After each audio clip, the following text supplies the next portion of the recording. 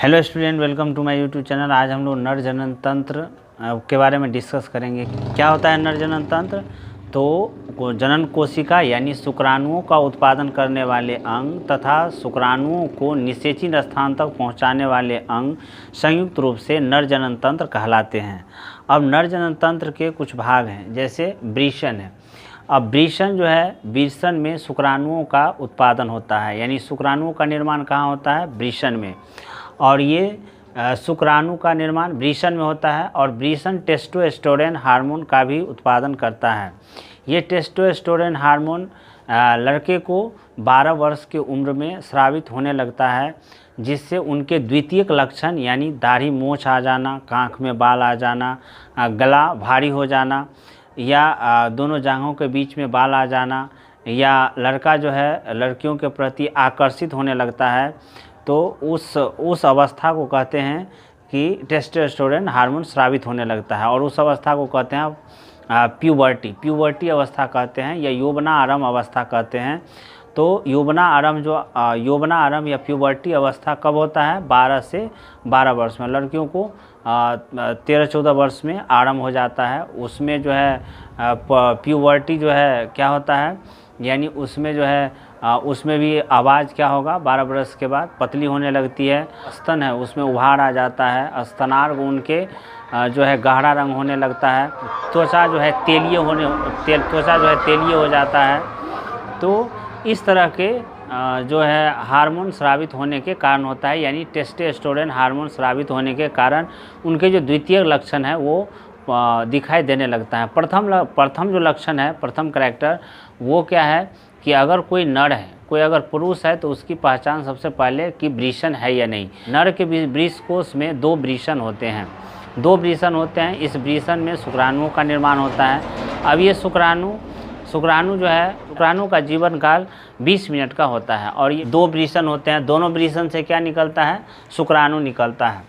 और इस वृषण से शुक्राणुओं का निर्माण होता है। और फिर इस शुक्राणु का जो निर्माण होता है, उस शुक्राणु का शुक्रवाहिका के द्वारा कहाँ भेज दिया जाता है? निषेचित स्थान पर। लेकिन यहाँ पर शुक्रवाहिका ये वाला नली क्या करता है? शुक्राणुओं को ले जाने का काम करता है, यानी शुक्राणुओं को वृषण से निषेचित स्थान यानी माता के गर्भाशय तक पहुंचाने का काम कौन करता है? यही नली करता है। इस नली को क्या कहते हैं? शुक्रवाहिनी कहते हैं। अगर वृषण एक रहा तो क्या होगा? शुक्राणुओं का निर्माण कम होगा। मुंड का क्या काम? सीसन का क्या काम है? सीसन यानी फेनिस का काम है कि जो शुक्राणु है उसको गर्भाशय तक पहुंचा देना, और दूसरा है जो मूत्र है उसका विसर्जन करना, यानी मूत्र को बाहर निकालने का काम करता है। और शुक्राणु को माता के गर्भाशय तक पहुंचाने का काम कौन करता है? सीसन करता है। और शुक्रवाहिनी क्या करता है? शुक्राणु को ले जाने का काम करता है। और वृषण क्या करता है? शुक्राणु का उत्पादन करने का काम करता है और टेस्टोस्टेरोन हार्मोन का भी स्राव करता है। ये जो वृषकोश है, ये मनुष्य के शरीर में बाहर रहता है, क्योंकि हमारे शरीर का तापमान 37 डिग्री सेंटीग्रेड है, जबकि वृषण में शुक्राणुओं का निर्माण 35 डिग्री सेंटीग्रेड पर होता है। इसलिए ये हमारे शरीर के बाहर रहता है। शुक्राशय एक थैली होता है, ये शुक्राशय है। तो जो मूत्र का विसर्जन है और शुक्राणु का निर्माण है, शुक्राणु को ले जाने वाली जो नली है, और जो मूत्र को ले जाने वाली नली है, ये दोनों एक ही है। दोनों जुड़कर देख रहे हैं, ये मूत्राशय है और ये मूत्रवाहिनी है, जो कि किडनी से नली आई हुई है। ये मूत्राशय से एक नली शुक्रवाहिनी में जुड़ा हुआ है, और ये शुक्रवाहिनी यहाँ पर जुड़ी हुई है, संयुक्त रूप से जुड़ी हुई है। तो ये शुक्राशय क्या करता है कि शुक्राणु को संग्रह करता है, शुक्राणु को इकट्ठा करता है। तो जो शुक्राणु निर्माण होता है वो शुक्रवाहिनी के द्वारा शुक्राशय में इकट्ठा होता है। शुक्राशय में एक द्रव रहता है जो प्रोटीन का बना रहता है, और ये द्रव उसको उत्तेजित करता है, यानी कि उसको और ज़्यादा ऊर्जा देता है, ताकि ज़्यादा दूर तक ये जाए, यानी माँ के गर्भाशय तक पहुँच जाए, तेज़ी से जाए। हाँ, इसलिए इसको शुक्राशय को रेस्ट हाउस भी कहा जाता है, यानी कि शुक्राणु जब यहाँ से निकलता है तो सबसे पहले संग्रह कहाँ होता है? शुक्राशय में। और शुक्राशय को रेस्ट हाउस कहा जाता है क्योंकि वहाँ पे वो रेस्ट करता है, वहाँ वो ज़्यादा ऊर्जा लेता है और फिर वहाँ से वो निषेचित स्थान तक पहुँचने में तेज़ी से पहुँचता है ताकि बच्चे का उत्पादन हो सके। चलिए, तो यहाँ पे शुक्राशय क्या होता है? शुक्राशय एक थैलीनुमा संरचना है जो कि शुक्राणुओं को संग्रह करता है। दूसरा प्रोस्टेट ग्रंथि या पौरुष ग्रंथि। ये प्रोस्टेट ग्रंथि या पौरुष ग्रंथि का क्या काम है?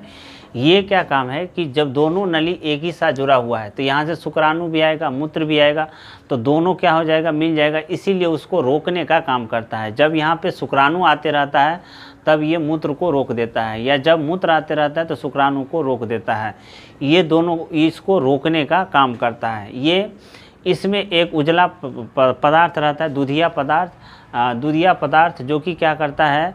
ये जो है ये मूत्र के अम्लीयता को दूर कर देता है और मूत्र की अम्लीयता को भी दूर कर देता है। ये शुक्राणु को पोषण भी प्रदान करता है और ये एक बाह्यस्रावी ग्रंथि है। प्रोस्टेट ग्रंथि एक बाह्यस्रावी ग्रंथि है जो मूत्र की अम्लीयता को दूर कर देता है। पौरुष ग्रंथि जो है, लड़के सब में पौरुष ग्रंथि जो है ख़राब भी हो जाता है क्योंकि बहुत सारे लड़के हस्त मैथुन करते रहते हैं जिसके कारण उसमें प्रोस्टेट कैंसर नामक रोग हो जाता है। प्रोस्टेट कैंसर नामक रोग में क्या होता है? ये जो ग्रंथि है ये फूल जाता है जिससे इस पर दबाव डलता है, शुक्रवाहिनी पर ये दबाव डल जाता है जिससे मूत्र क्या होगा? धीरे धीरे यानी फ्लो में नहीं होगा, धीरे धीरे पेशाब होगा या वहाँ पे दर्द करेगा। ये सब उनका सिम्टम है, इसी के कारण होता है। शुक्राणु यानी स्पर्म, ये एक सूक्ष्म रचनाएं हैं जो कि वृषण के द्वारा उत्पादन किया जाता है और इसमें अनुवांशिक गुण रहते हैं। अनुवांशिक गुण यानी पैतृक गुण, माता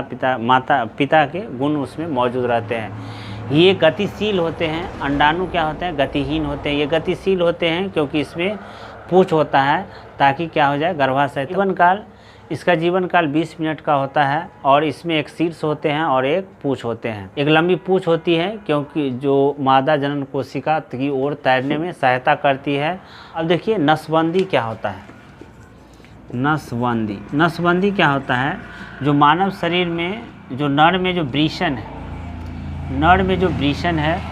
वृषण है इसमें से शुक्रवाहिका निकला हुआ रहता है। तो ये शुक्रवाहिका नसबंदी में क्या करता है? ये शुक्रवाहिका को काट दिया जाता है तो क्या होगा कि इसमें शुक्राणु का निर्माण तो होगा लेकिन ये मादा के जनन कोशिका तक ये नहीं पहुंच पाएगा, ये यहीं पे रुक जाएगा। तो इसको कहते हैं नसबंदी। लेकिन अगर मान लीजिए कि किसी को अगर टेस्टी ही काट के हटा दिया जाए तो वो आदमी क्या हो जाएगा? हिजड़ा हो जाएगा।